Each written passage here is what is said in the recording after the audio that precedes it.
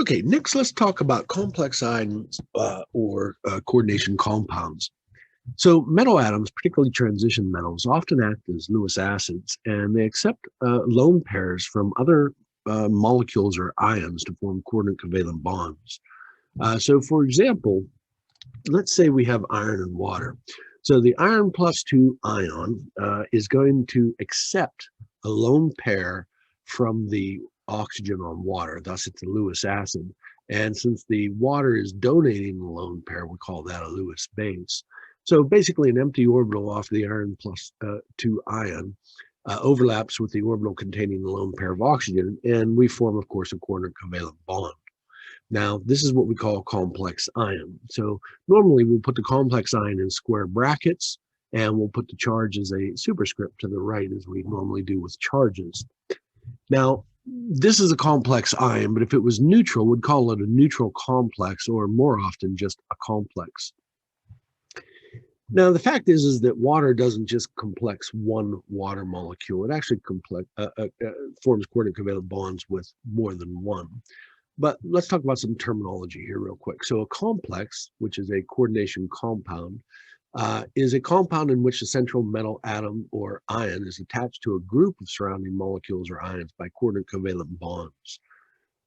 The ligands, these are the ions or molecules that are acting as the Lewis base. These are the electron pair donors, and they form the coordinate covalent bonds and surround the central metal atom or ion. The ligand donor atom. Now, this is the atom or atoms in the ligand that form the coordinate covalent bond with the central metal atom or ion. Now, as we're going to see, it might have just one lone pair that's able to form a coordinate covalent bond, or it might have more than one, 2, even 6 lone pair that it can form coordinate covalent bonds with the exact same molecule or polyatomic ion. So the donor ligand atom is simply the atom donating the lone pair. Coordination number, well, that's just the number of coordinate covalent bonds formed with a metal atom or ion. So like I said, iron doesn't stop at just one water molecule. It actually forms 6 coordinate covalent bonds with 6 separate water molecules. So the lone pair on these water molecules. And we could write it like this. Now, of course, in the formula, we're going to actually write it like this. We have the iron, and then we have the 6 water molecules. And of course, the overall polyatomic ion, or in this case, complex ion, has a +2 charge.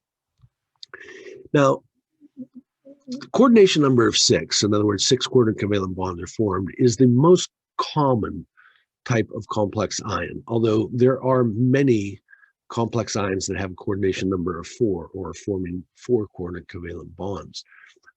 You could have anywhere from 2 to 8 coordinate covalent bonds being formed. So coordination numbers anywhere from 2 to 8. So like I said, the most common is 6. So when you have 6, it's going to follow the valence shell electron pair electron repulsion model, or VSEPR. And so we're going to form this octahedral structure with each of the ligands being 90 degrees apart. Now, the other most common one was 4, and basically, depending on the electronic structure of the metal atom or ion, it's going to form a tetrahedral structure.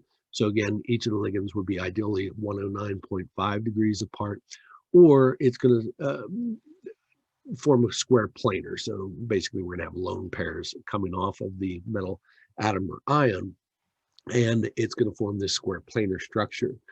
And so these would both be coordination number of 4.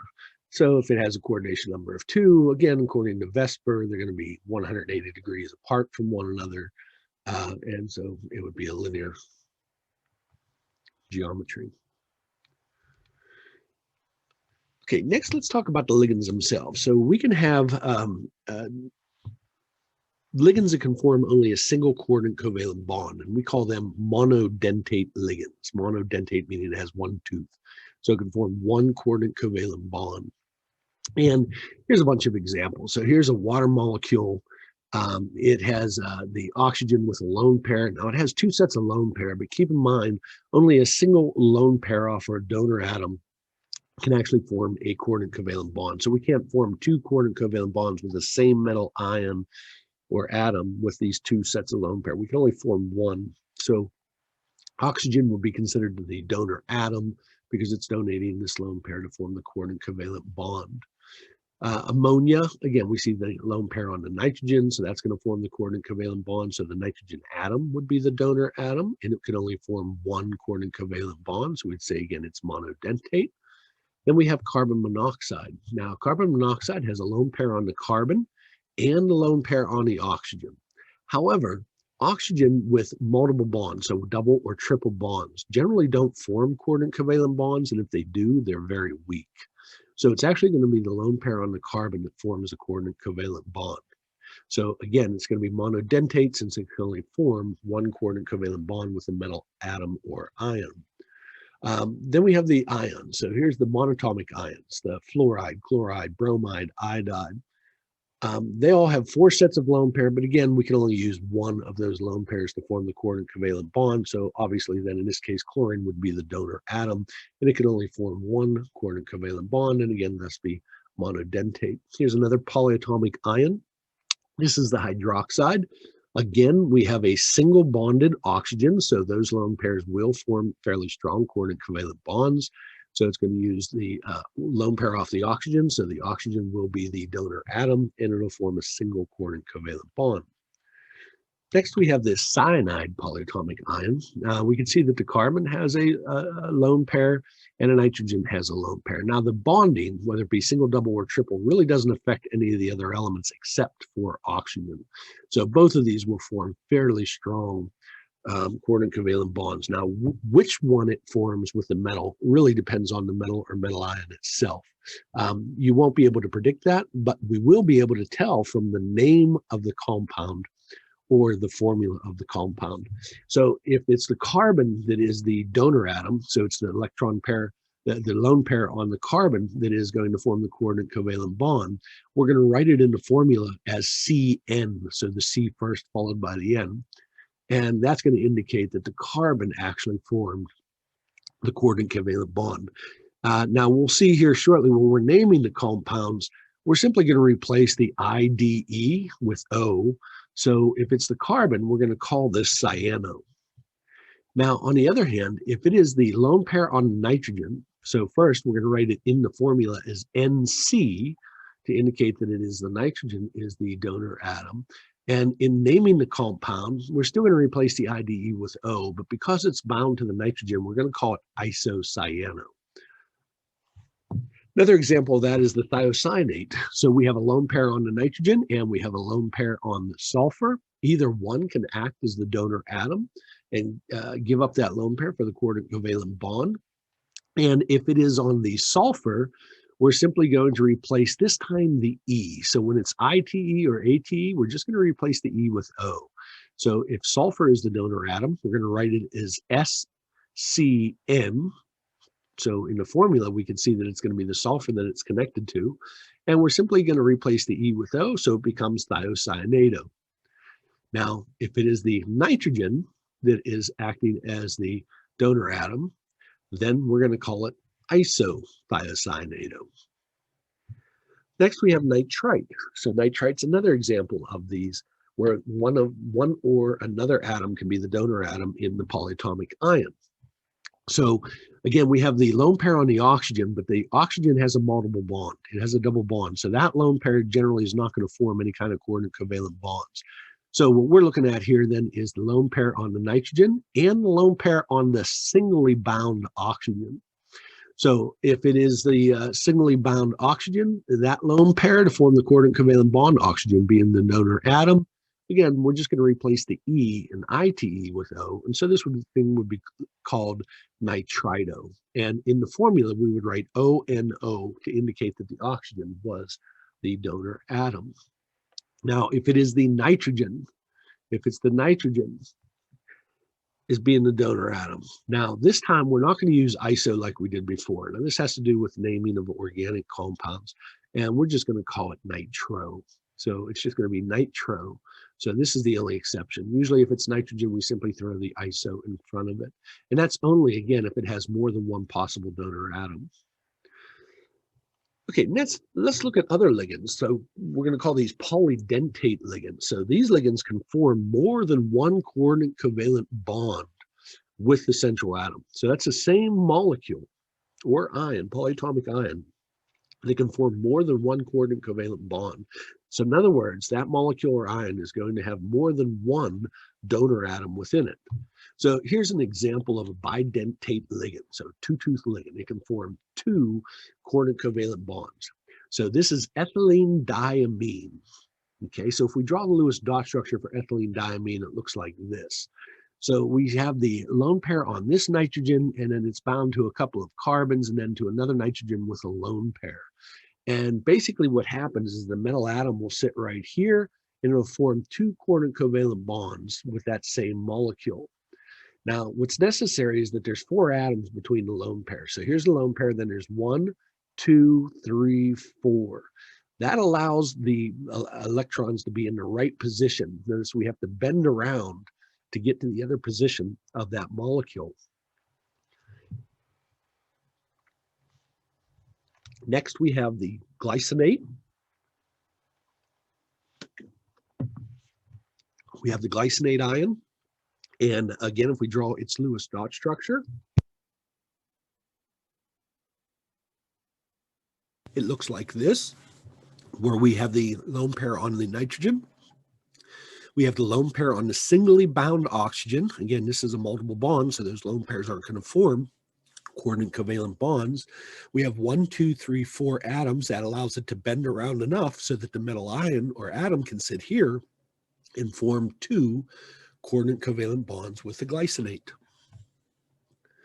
Then we have the oxalate. So here's the oxalate ion. And again, if we draw the Lewis dot structure, we can see that we have lone pair on two singly bound oxygen.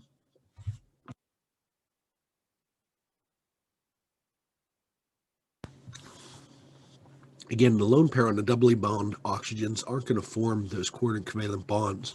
So again, and we have 1, 2, 3, 4 atoms. So again, the metal atom or ion is going to sit right in here and it's going to form two coordinate covalent bonds with the oxalate. So these are the only three bidentate ligands that I'm asking you to know. We have a neutral, ethylene diamine, one with a -1 charge, the glycinate ion, and one with a -2 charge, the oxalate ion. Now, when we're writing the name of it, we're going to call it ethylene diamine, but in the formula, instead of actually writing out the formula for the ethylene diamine, we're just going to write EN. And in the case of the glycinate ion, instead of, again, writing out the entire formula, we're just going to write GLY. And in the case of oxalate, it's short enough. We're just going to write C2O4. Here's another example of a polydentate ligand. In this case, it's a hexadentate. It can form 6 coordinate covalent bonds. And this thing is more commonly known as EDTA, which really stands for ethylene diamine tetraacetate. And if we look at the Lewis dot structure of this molecule, here's the ethylene diamine, right? So here's the ethylene and then the amine groups, because there's 2 of them, diamine, right? So the ethylene diamine, and then we have these acetate. Well, there's the acetate ion, right? We see the carboxylate ion with the methyl. And there's 4 of them, 1, 2, 3, 4 there, thus the tetraacetate. So this is our EDTA, and it has a -4 charge, as we can see. So we have each acetate, right? It has a lone pair on a singly bound oxygen, which can form a coordinate covalent bond. These lone pair, again, are not going to form the coordinate covalent bond because they're doubly bound oxygen. Now, each acetate has one of these. So there's 4 oxygen donor atoms, which can form 4 coordinate covalent bonds. But then we also have these nitrogens. Now, we'll notice that there's 1, 2, 3, 4. 1, 2, 3, 4. So there's always 4 atoms between each sets of these lone pair. So each nitrogen has a lone pair, so each can form a single coordinate covalent bond. So that's a total of 1, 2, 3, 4, 5, 6 coordinate covalent bonds. Thus, ethylene diamine is a hexadentate ligand. Next, I want to talk about chelating agent. So a chelating agent is basically any polydentate ligand. It simply means that the object has claws, like the claws of a crab, and it grasps on to its victim, in this case, the neutral metal or metal ion. And so here's an example of 3 ethylene diamines forming these coordinate coordinate covalent bonds with the central cobalt ion. And notice that when we draw the perspective drawings, we're not going to show all the atoms that are bound to the nitrogens and the carbons along here. We're just going to write the donor atoms themselves. So in this case, nitrogen and then the other nitrogen. And we're just going to draw a line between the two, saying that these are connected to one another. And so here you can see the three ethylene diamine molecules forming two coordinate covalent bonds with each of them. And then here's the example of the EDTA, so a hexadentate ligand. So you can see the two nitrogens, each forming the coordinate covalent bonds, and then the two acetates on each of the nitrogens forming the other coordinate covalent bonds. And again, notice that we're just drawing lines between all the donor atoms. So from this picture, and especially from this picture, you can see how the metal ion is completely sheltered from the rest of an environment. So EDTA oftentimes is used for that purpose alone, to either isolate it from a mixture or to titrate it in a mixture. So that is what we call a chelating agent. A really important chelating agent is found in red blood cells. So inside each one of these red blood cells are what we call hemoglobin molecules. Now, there's about 270 million hemoglobin molecules in each red blood cell. And the structure of it looks like this. So we see that there's a hem group, and that is going to be our ligand. That hem is actually supported by a protein called the globin. And then in the center of the hem is our metal ion. It's an iron 2+ ion. And you'll notice that each hemoglobin has 4 of these groups. Okay, so they have 4 hem groups in each hemoglobin molecule. And again, the color red actually comes from the fact of the iron 2 ion in the molecule itself. So let's look at this a little bit more closely. So the hem is what's called a porphin molecule. And the porphin molecule loses this hydrogen and this hydrogen here to become a negatively 2 charged species. This then sits within the globin, the protein molecule. Okay, so here's the hem, here's the globin, and they're connected to the metal iron central atom, right? The porphyrin by 4 coordinate covalent bonds, and then the whole thing is held to the protein using this imidazole molecule, which forms a coordinate covalent bond with the iron and a covalent bond with the protein itself. So now we have a +2 iron, and then the porphyrin ring is a -2. So we have a neutral complex, which of course is required by nature.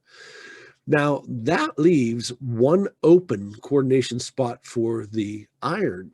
And this is where the oxygen acts as a monodentate ligand. Now remember, it has a double bond in it. So it's forming very weak coordinate covalent bond with the iron. Now that's good because that allows the oxygen to easily be uptake in the lungs and then given to the cells wherever they're needed. Again, the fact that it is a weak coordinate covalent bond is very positive for this type of reaction. Next, I want to talk about coordination numbers. So for example, let's say we have this coordination complex ion. So we have a silver central atom and then 2 ammonia ligands. Now, each ammonia is monodentate. It can form 1 coordinate covalent bond, but there's 2 of them. So it's forming 2 coordinate covalent bonds with a silver, thus a coordination number of 2. Same thing with this complex ion. We have the copper and the 2 chloride. Each chloride's monodentate, and so it can form 2 coordinate covalent bonds, thus has a coordination number of 2. Here's another example. Here we have the mercury complex ion. It contains the iodide, which are both monodentate, and the cyanide, which is monodentate. So each of these can only form a single coordinate covalent bond, but there's 2 iodide and 1 cyanide, so that's a total of 3 coordinate covalent bonds. So this thing's going to have a coordination number of 3. Now, ligands of neutral molecules or polyatomic ions are going to be put in parentheses, even if there's just one of them. So notice that there was 2 here, so we put it in parentheses and put a 2. Here there's 1, we put it in parentheses, but of course we're not going to write the 1, that would be understood. In the case of monatomic ions, we don't use parentheses for them. Let's look at another example. So here is a complex, neutral complex, two of them. And here's one with platinum. It has two ammonia monodentate ligands and two chloride monodentate ligands. So again, that's going to form a total of 4 coordinate covalent bonds. So the coordination number of platinum is going to be 4. Here we have the copper with the glycinate ion. Well, the glycinate is a bidentate ligand forming 2 coordinate covalent bonds. There's 2 of them, so that's going to form a total of 4 coordinate covalent bonds.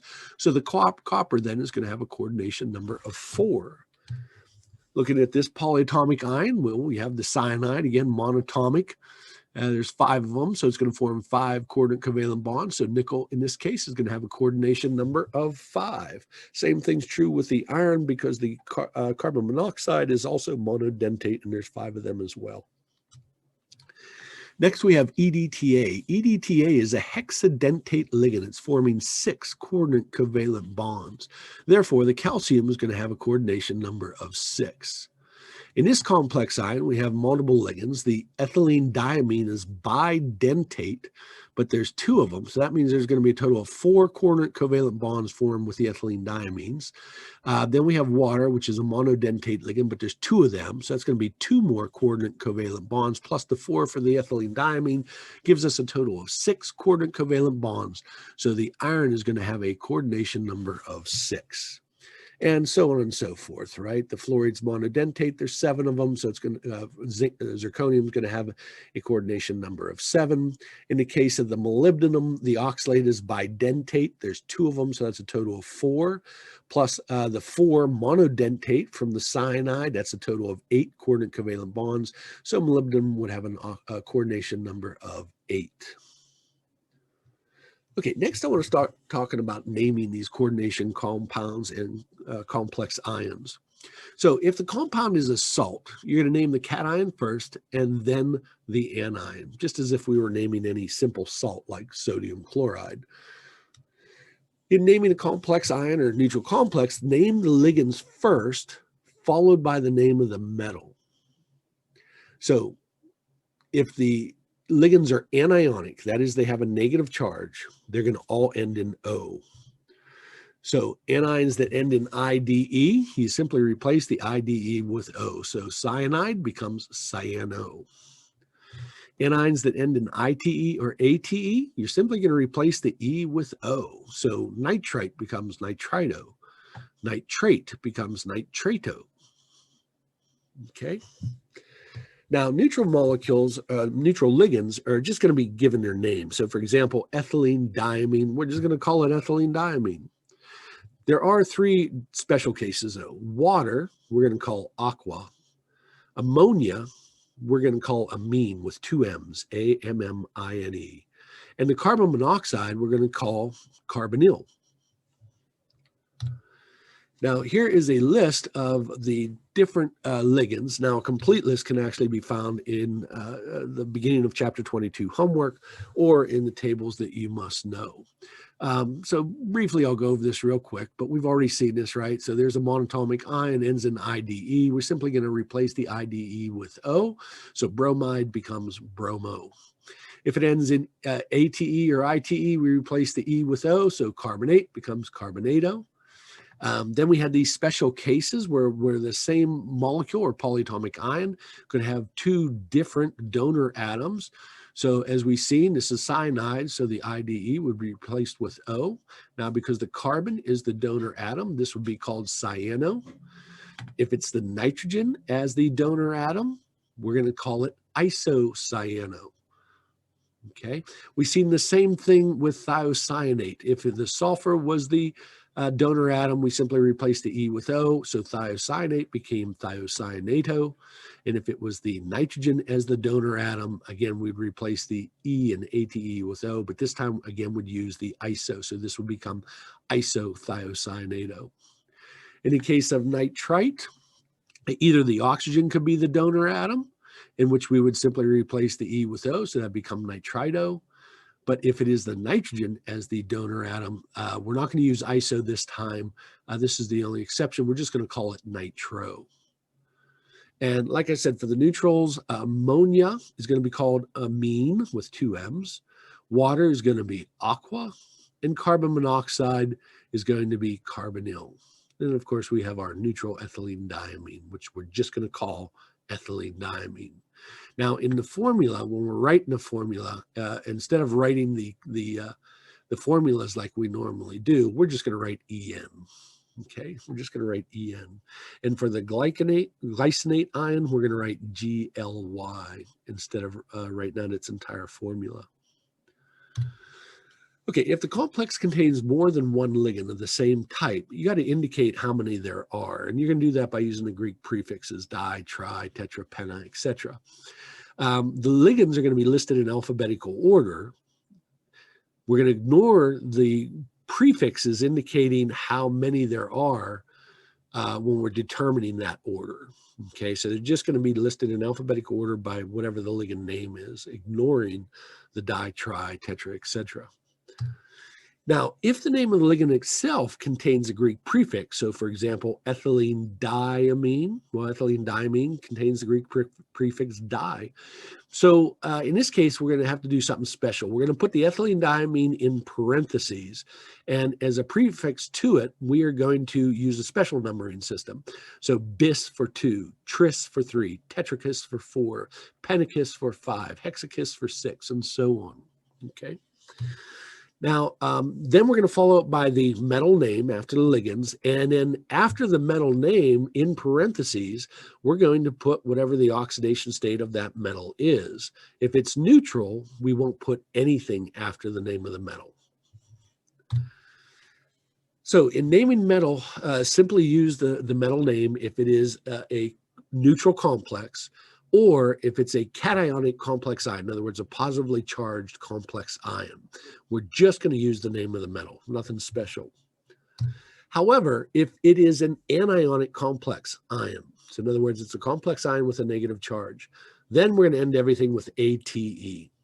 Now, in the case of most metals, we're just going to take the metal name and end it in ATE. So nickel becomes nickelate, zinc becomes zincate, cobalt becomes cobaltate. There are certain instances, if the name of the element ends in UM, IUM, or ESE, we're going to replace those with ATE. So aluminum becomes aluminate, chromium becomes chromate, manganese becomes manganate. Now, there are 6 more exceptions for these anionic complexes, and these are the ones that have common Latin names. Now, these are going to be the only 6 elements that we do this for. But it's going to be copper, gold, iron, lead, silver, and tin. So for copper, we're going to call it cuprate. For gold, arate, iron, ferrate, lead, plumbate, silver, arginate, and tin stannate. All other elements, we're just going to use whatever their name is on the periodic table. But for those 6, we've got to revert back to the old Latin names. So let's try some example. So here I have a complex ion. And again, we're going to name the ligands followed by the metal. So we're going to name the ligand first. Now, this is cyanide. So we know that we're going to replace the IDE with O, and it's carbon written first. Since the carbon's written first, we know that the carbon's a donor atom. And so this is going to become cyano. We got to indicate how many. Well, there's 6. Well, 6 is hexa, so hexacyano, followed by the metal name iron. But in this case, it's a negatively charged complex ion, so it has to end in ATE. And moreover, this is one of those 6 elements that you must use the old Latin name for, so ferrate. Now, we also got to indicate the oxidation state of the iron. Well, we're going to get that from the charges on the ligands and the charge of the overall complex ion. So each cyanide has a -1 charge, but there's 6 of them. So that's a sum of -6. Now, something plus -6 is equal to -4. Well, 2 minus 6 is -4. So the iron must have an oxidation state of +2. So this is going to be ferrate, and then in Roman numerals 2. So this is going to be hexacyano ferrate 2, and it's an ion. Now notice that we named the ligand first, followed by the metal. There are absolutely no spaces, even between the E and the parentheses. There's no spaces. And then we have a space and then the word ion. Now, in the online quizzes, do not include the word ion. Okay, it just makes for too many mistakes. So just, and I say that in the questions itself, so just use the word. So it's hexacyanoferrate 2, no spaces. Now, if this complex ion is actually part of a neutral salt, which we call a coordination compound since it contains a complex ion, again, we're going to name the cation first, followed by the anion. So since this is the anion, it's going to be second. And our counter ion, the cation in this case, is the potassium ion. Now, we're going to name it just like any other salt. We'll name the cation first, potassium, and then followed by the anion, the hexacyanoferrate 2. 2 words this time. There's the cation. Then the second word is the anion, all one word. We didn't have to say tetra, right? Because we don't have to do that with ionic compounds. We get that from the charge. Since we knew the complex ion had a 4- charge and potassium always has a +1 charge, being a group 1A metal, there must be 4 of them to give us our neutral salt. So we don't have to say tetra. It's just potassium hexacyanoferrate. Okay, let's try a neutral complex this time. Okay, so here it is. We have an iron with the carbon monoxide ligands. So again, we're going to name the ligands first. So in this case, the carbon monoxide becomes carbonyl. We have to indicate how many. Well, that's penta, since there's 5 of them. So that's pentacarbonyl. Then we have iron. Now, since this is a neutral complex or a cation, in this case, it's a neutral complex, we're just going to use the element's name, so iron, and then followed by its oxidation state. Well, the carbon monoxide is neutral, and there's no charge, so that means that the iron must also be neutral. So it has no oxidation state or an oxidation state of 0.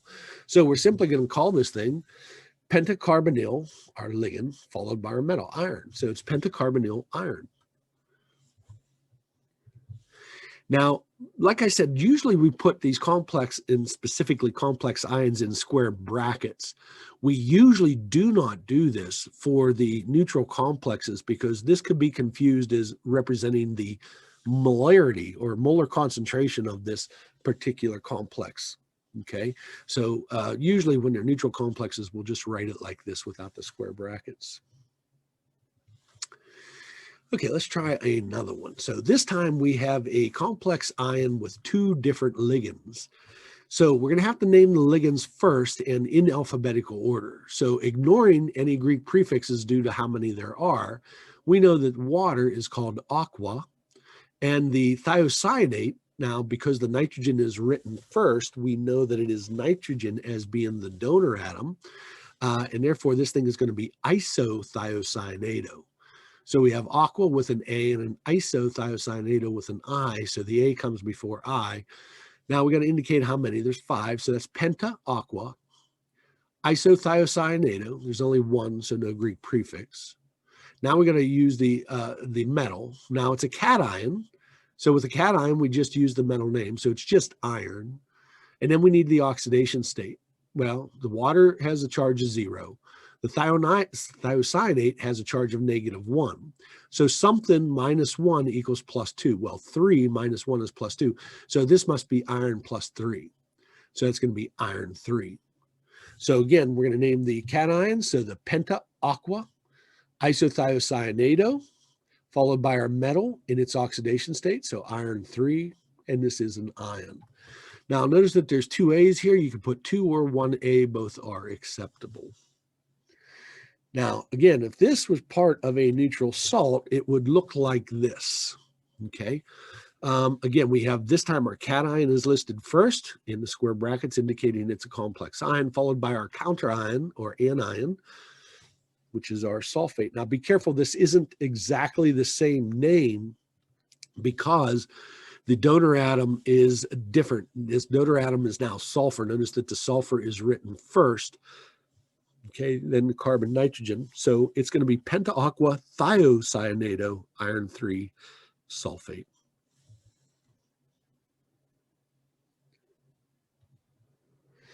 Okay, now when the name of the ligand also contains the Greek prefix, well, then of course we have to use that alternative numbering system. 2 for bis, 3 for tris, 4 for tetrachus. So for example, here we have this complex or this salt. So here's our cationic complex ion. We're going to name our ligand first, which is ethylene diamine. But again, because it has that Greek prefix di in it, we have to revert to this alternative numbering. Well, since there's 3, it's going to be tris. So we're going to call this thing tris ethylene diamine. Okay. Then we're going to say cobalt. Well, it's a cation, so it's just going to be cobalt. We're not going to have ATE, so it's cobalt. Then we have to think about the charge. Well, the ethylene diamine is neutral. So let's see. But the chlorides, well, they each have a -1 charge. There's 3 of them. So that's a sum of -3. So the cation must have a +3, right, to give us a neutral. So that means the cobalt must be 3. So this is going to be cobalt 3. And then, of course, the counterion, which we call chloride. So that's going to look like this, right? Tris ethylene diamine. So there's our ligand, and there's how we indicate the number 3 when our ligand contains another Greek prefix. Then we have our cobalt 3. That's our cation. Then a space, and then our anion, which is the chloride. And again, we don't have to indicate how many because the charges take care of that. We can get this +3 charge out of this name here, right? Since the ethylene diamines are neutral, the cobalt has a +3 oxidation state, so it must be +3. So that means there would be 3 chlorides. So notice we can go back and forth between the formula without having to indicate the number of ions. Okay, let's try number 11 from chapter 22. Number 11 says, classify the following ligands as monodentate, bidentate, or tridentate, and which can form chelate rings. To answer this problem, the first thing you have to do is be able to draw the Lewis dot structure. Now, for a compound like this, which only contains the group 2A elements and hydrogen, so hydrogen, of course, can only ever form 1 bond, and in the group 2 non-metals, they can't violate the octet rule by having more than 8 electrons. So that's going to make it easier for us to draw the Lewis dot structures very quickly. So just as a reminder, to be able to draw the Lewis dot structures, we have the elements, right? So now hydrogen, of course, is in group 1. And so hydrogen only has a single valence electron. So we can put that single valence electron on hydrogen.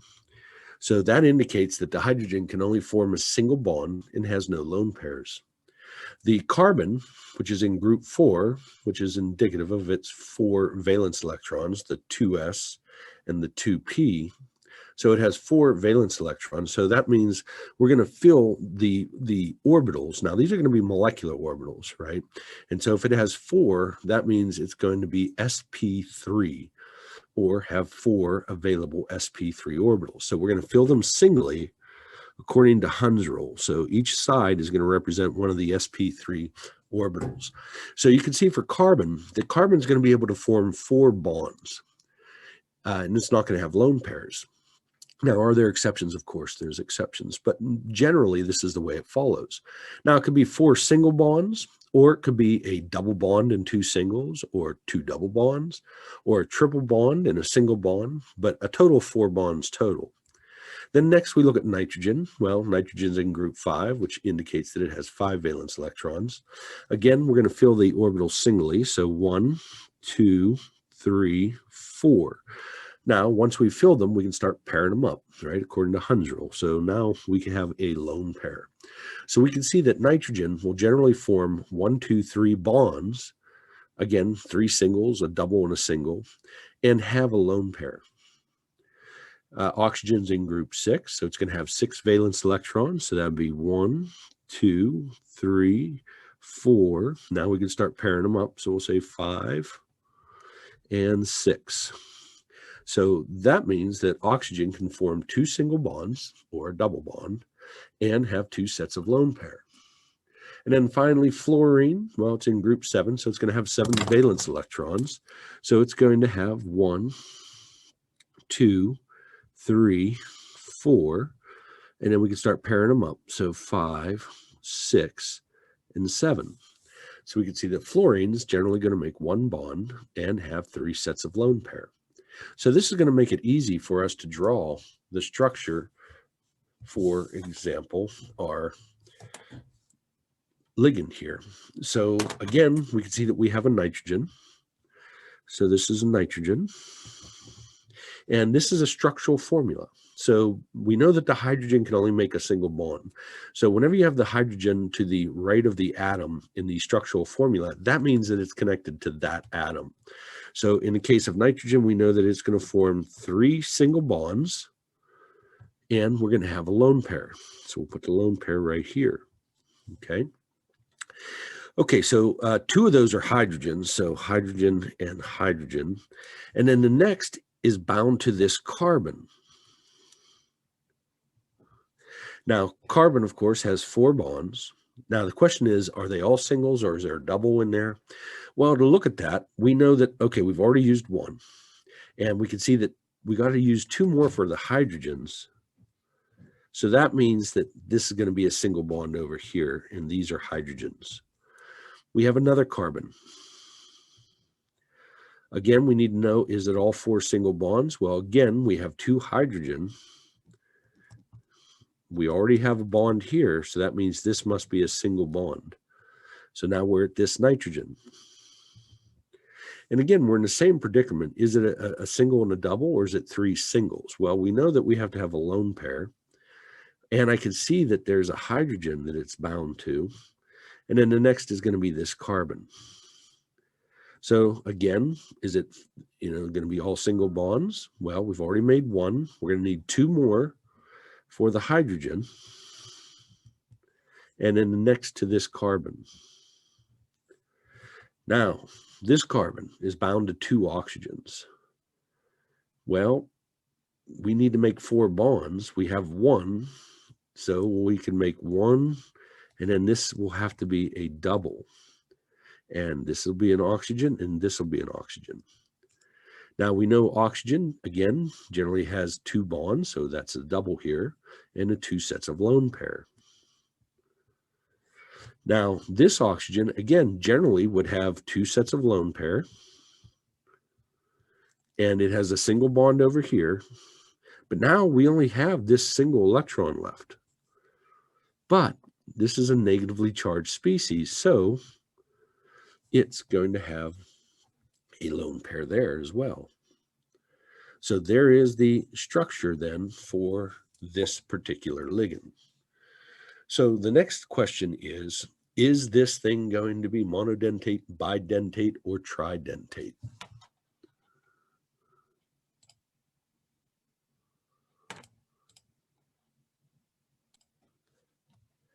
So to determine the dentate, we need to know how many lone pairs are available to form the coordinate covalent bonds. So here we have a nitrogen, and it has a lone pair. So we can form a coordinate covalent bond with it. Here we have yet another lone pair. Now, to be able to form more than one coordinate covalent bond with the same molecule, there has to be at least 4 atoms connecting a lone pair. Because basically what that's going to allow us to do is we're going to have the nitrogen with a lone pair, and then a nitrogen. It has to be able to curve around so that the other nitrogen with the lone pair can also make a bond with the metal, right? So if this is the metal, and here's our coordinate covalent bonds, right, in this area here, it's going to have to be able to curve around. So we're going to need another atom here and another atom here to allow that molecule to bend. And so that's basically how we're going to draw these ligands, is we're just going to draw the donor atoms with their lone pair and then a line just connecting the rest of them. So yes, this is 1, 2, 3, 4. So both of these can act and form coordinate covalent bonds. Then we come to the lone pair on the double bonded oxygen. Well, remember, oxygens with a double bond and triple bond, they generally do not form coordinate covalent bonds. And if they do, they're very weak. And we've seen that in the case of oxygen in the heme group of blood cells, that they form very, very weak coordinate covalent bonds, which what allows the oxygen molecule to easily detach and go into the cells. So in this case, we're going to say, nah, these two lone pair are not going to be able to form coordinate covalent bonds. Then we have the 3 lone pair on the singly bound oxygen. Now, they will form a strong coordinate covalent bond. But as we discussed before, only 1 lone pair on a single donor atom can form a coordinate covalent bond. So only one of these 3 sets of lone pair will actually form a coordinate covalent bond. And then again, we got to make sure that there's a total of 4 atoms between the lone pair. So 1, 2, 3, 4. So yes, this guy can also form a coordinate covalent bond. So that means with this ion, we can form 1, 2, 3 coordinate covalent bonds, which means this molecule is tridentate. Okay, next we're going to do the same thing with this molecule here. So we, again, I'm going to use this idea of how to draw our Lewis dot structure. Okay, so we see that we have a nitrogen. And the nitrogen is going to have a lone pair, and then it's going to form 3 bonds. Well, I can see that 2 of them have to be hydrogen. So that means the other one is going to be a single bond, which of course is going to this carbon. And again, the carbon we've seen can form 4 bonds. Now, are they all singles? Well, we know that 2 more have to be the hydrogen. And we've already used one for this bond. So this must also be a single bond, which is now going to this carbon, which again, we can see that it's going to be 2 hydrogens. So that means that the next bond has to be a single bond. It's going to the nitrogen. Whoops, I'm sorry. This is supposed to be nitrogen. Okay, so this is going to the nitrogen. The nitrogen has a lone pair. And well, and it's going to have 2 more hydrogen, but it actually has a 3rd hydrogen, which means that there must have been a hydrogen ion that formed a coordinate covalent bond with this lone pair, thus making it a cation. So we can see in this particular case, there is only 1 lone pair that can form a coordinate covalent bond. So this particular ion is monodentate.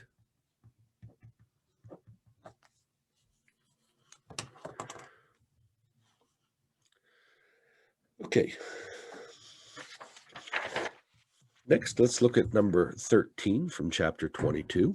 It says, in each of the following complex ions, indicate the coordination number of the metal, the Lewis base, which is the ligand, the Lewis acid with charge, and the donor atom or atoms. Okay, so first off, we're going to look at this thing, and we have the iron, and it wants to know what the coordination number is. Well, the coordination number is the number of coordinate covalent bonds being made with the metal. So in this case, we can see that the coordination number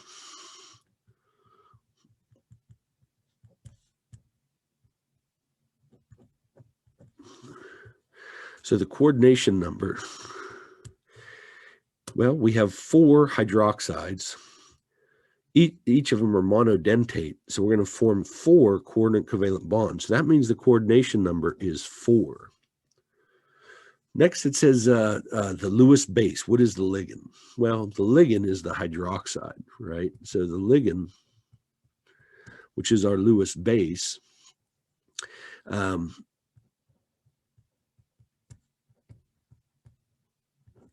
is going to be the hydroxide.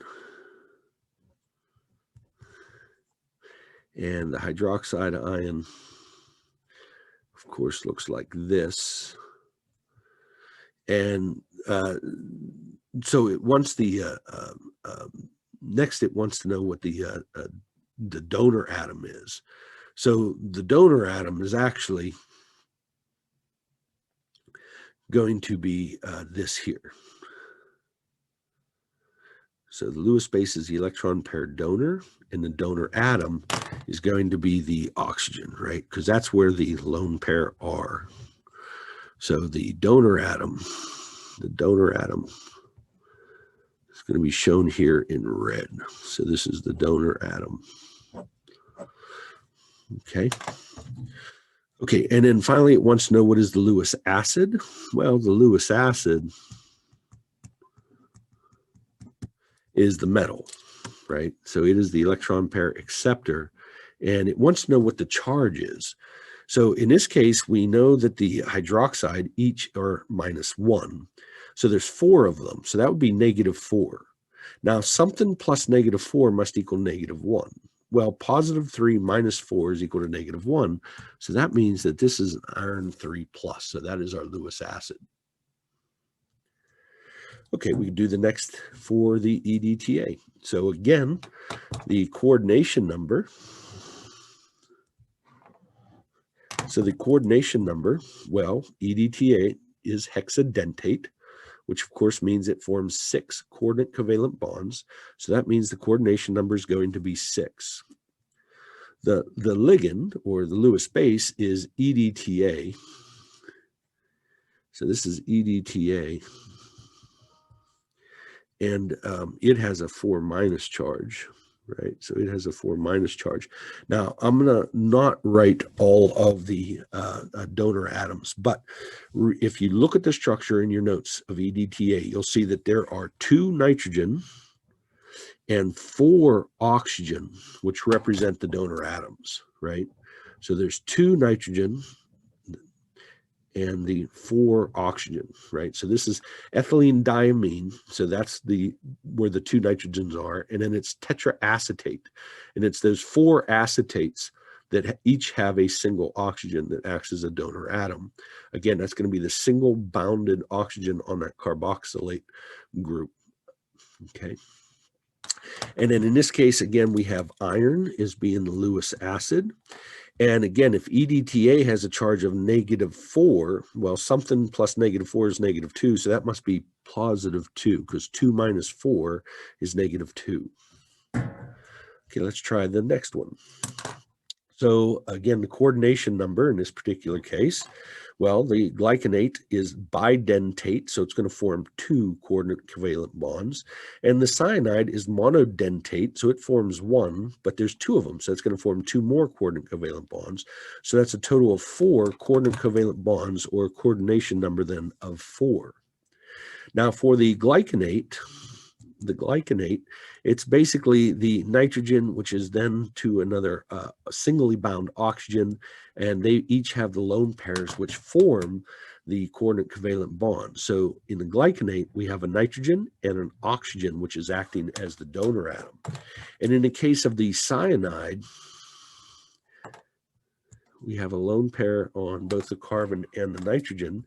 And in this case, because the carbon is written first, we know that the donor atom in this case is the cyanide. Okay.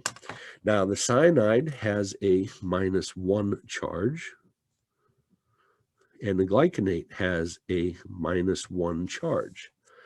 So if that's true, if the glycinate has a -1 charge and the cyanide has a -1 charge and the sum equals -3, what is the charge on nickel? Well, the charge on nickel in this particular case is going to be 0. So it is actually a neutral nickel atom that is has been ligated. Oh, I'm sorry, that is not true. If the glycinate is, yeah, that's true. So that is going to be just a nickel atom.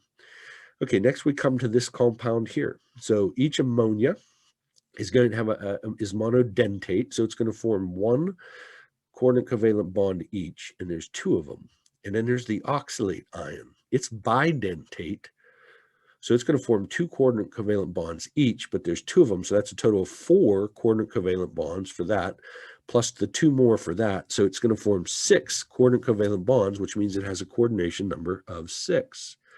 Now, in the case of the ammonia, right, ammonia has a structure like this. So it has a lone pair, and so that is the donor atom for the ammonia ligand. And for the oxalate looks like this.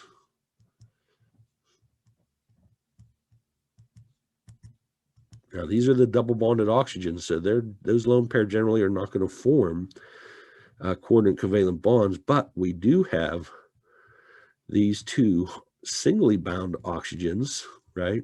Which means this thing has a charge of -2. And it is the oxygen then they're giving up their lone pair to form those coordinate covalent bonds. So those are the donor atoms then for the oxalate. As for the charge, so in the case of this particular one, we know that ammonia is neutral and the oxalate has a -2 charge, but there's two of them, so that's -4. So something -4 is equal to -1. Well, 3 minus 4 is -1. So in this case, the chromium, which again is our Lewis acid, has a charge of +3.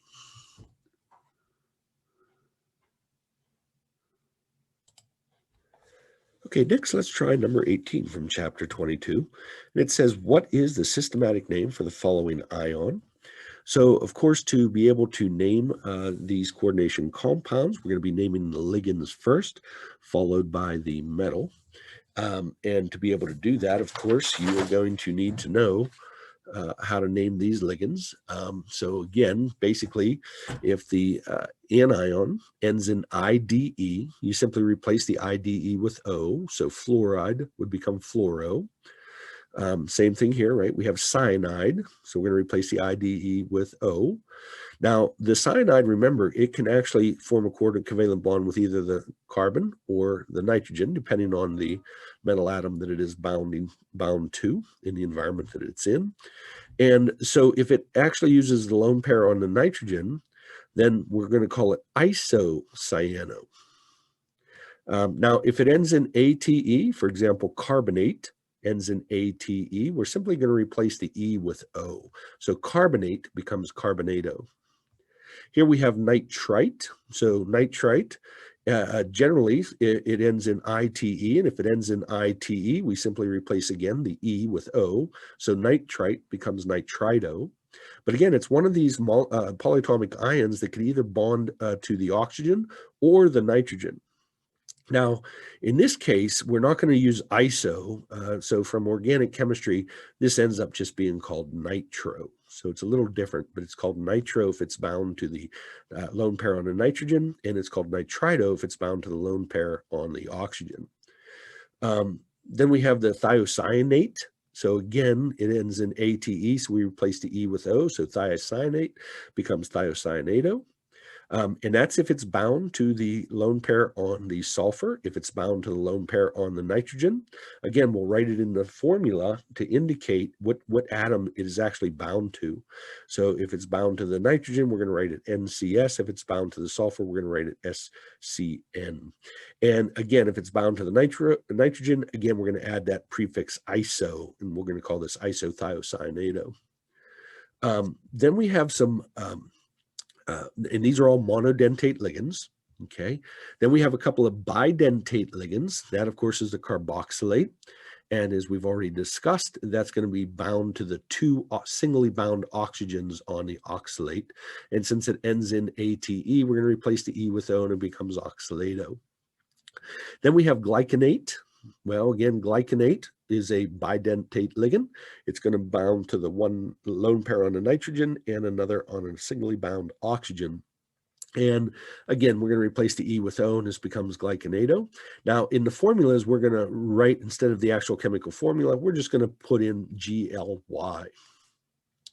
Now, the last anionic ligand is that of EDTA. So this is a hexadentate ligand. So that means it forms 6 coordinate covalent bonds, as we've seen already, the 2 lone pair on the nitrogen, and there's a total of 4 oxygen acetate groups. So the singly bound oxygen on each of those acetate groups will form coordinate covalent bonds. So that would be your 6 coordinate covalent bonds. And we're going to call this thing ethylene diamine tetraacetate, but in the formula, we're actually just going to write EDTA, and note that it has a 4- charge. Then we have some neutral ligands. Now, the neutral ligands, we actually give them special names. So, for example, ammonia becomes amine. Now, notice that it's spelled differently than the amine that we talked about with organic functional groups. And if it's, and again, it would be the lone pair on a nitrogen. If it's water, it's going to be called aqua. And again, it would be the donor atom would be the oxygen with a lone pair. And then we have the carbonyl. So that is a carbon triple bonded to an oxygen, and double bonded to the oxygen. And again, we're going to call that carbonyl. Now, these are all monodentate ligands. Then we have another bidentate ligand, but it is neutral, and this is our ethylene diamine. So it's going to be the lone pair on the 2 nitrogen that forms those 2 coordinate covalent bonds. Now it's called ethylene diamine, and instead of writing out this entire formula, we're just going to write En. We're just going to write En. Okay. So to be able to name these compounds, then we need to be able to know our names of our ligands. Okay, so let's come back to this. It says, what is the systematic name for the following ion? So again, we're going to name the ligands first. So in this particular case, we have the carbonate. Okay, now we're going to use the Greek prefixes to indicate how many there are. So there's 3. So that's going to be tri. And then we have the carbonate. Now we're going to replace the E with O, so it's tricarbonato. Then we have cobalt. Now, because it's an anion, it's got to end in ATE. Now, there is no systematic names for cobalt, so this is just cobalt. Notice there's no spaces here, so cobalt. And we're going to end it in ATE, so cobalt-8. And now we have to determine the charge. Well, each carbonate has a -2 charge. So that's -6. So something plus -6 is -3. So +3 minus 6 is -3. So this must be a +3 oxidation state. So there's the name of it. And this is an ion. Now this is a space. That's the only space in this entire thing. So this is the tricarbonato cobalt-8 3 ion.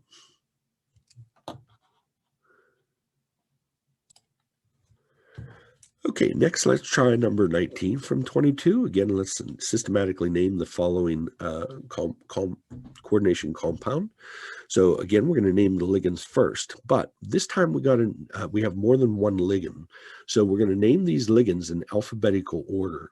So the water is called aqua. And remember, we're going to ignore the Greek prefixes when we do this. So this is aqua. And this is the thiocyanate, right? This is the thiocyanate. We're going to replace the E with O, so this is thiocyanate. So the aqua will get named first. So there's 5 of them. So that is penta aqua. Now, you could have either 1 or 2 A's here. They're both acceptable. And then we have the 2 thiocyanate. So that's di, right? So that's di. And then thio.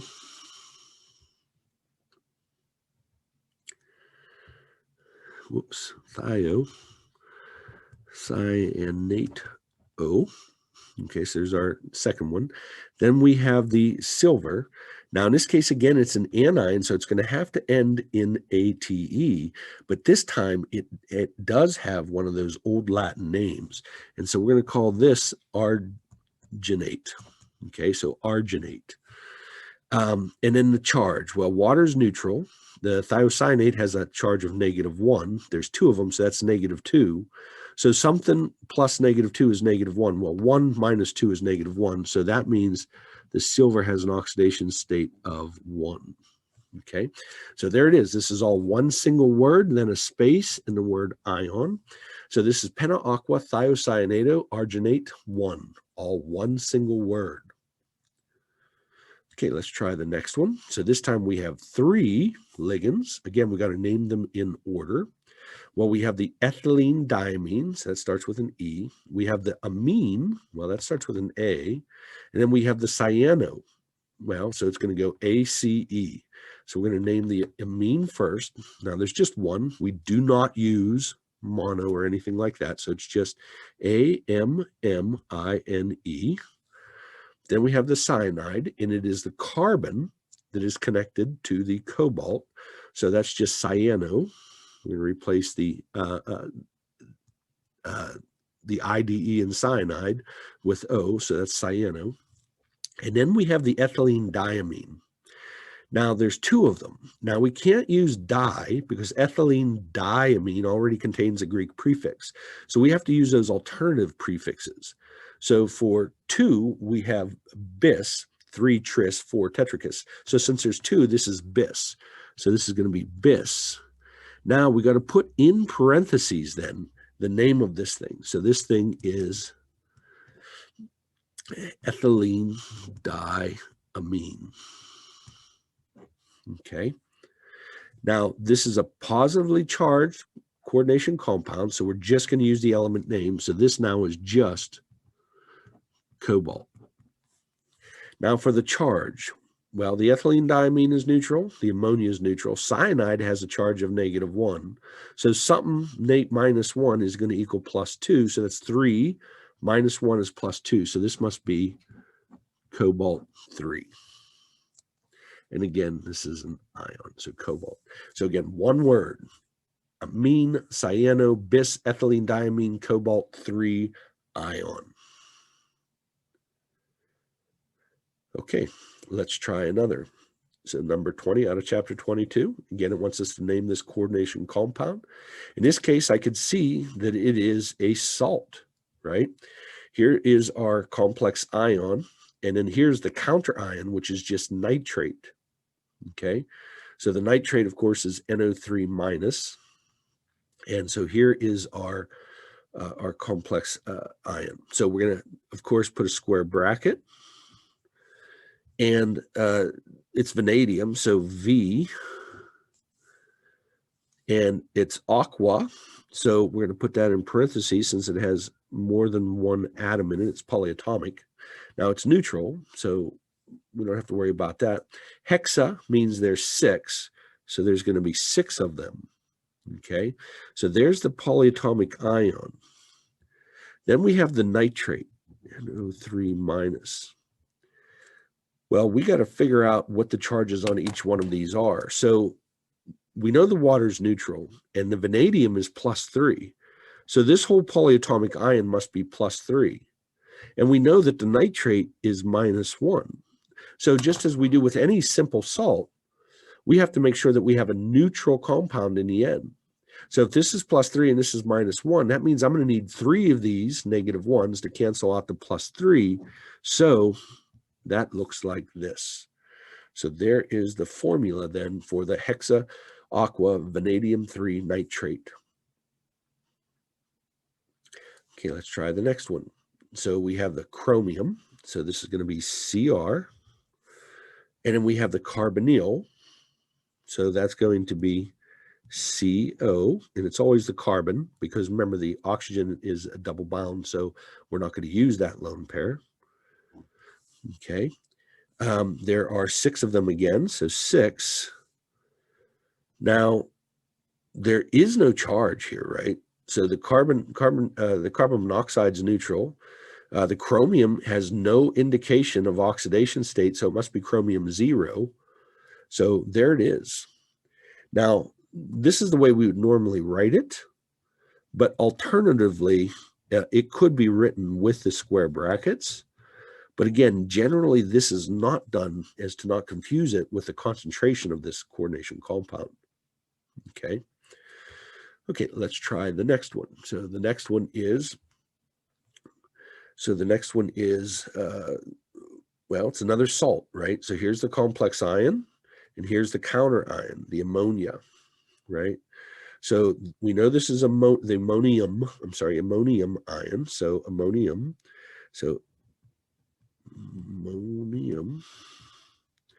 Now for salt, there is a space between naming the cation and the anion. Okay, then we got our complex ion. Well, we always name the ligand first. So this is chloride. We're going to replace the IDE with O. So this just becomes chloro. Okay, now there's 4 of them, so it's going to be tetrachloro. So tetrachloro. Then we have copper. Now remember, if this is the cation, this must be the anion. So it's going to end in ATE. But copper is one of them with the old Latin names, right? We call this cuprate. So this is going to be cuprate. And then we have to indicate what the charge on the copper actually is. Well, we know that each ammonia is +1, but there's 2 of them. So that means this whole complex ion must be— now each of the chlorines are -1. So that's going to be a total of -4. So something plus -4 is -2. Well, 2 minus 4 is -2. So that means the copper must be in the +2 oxidation state.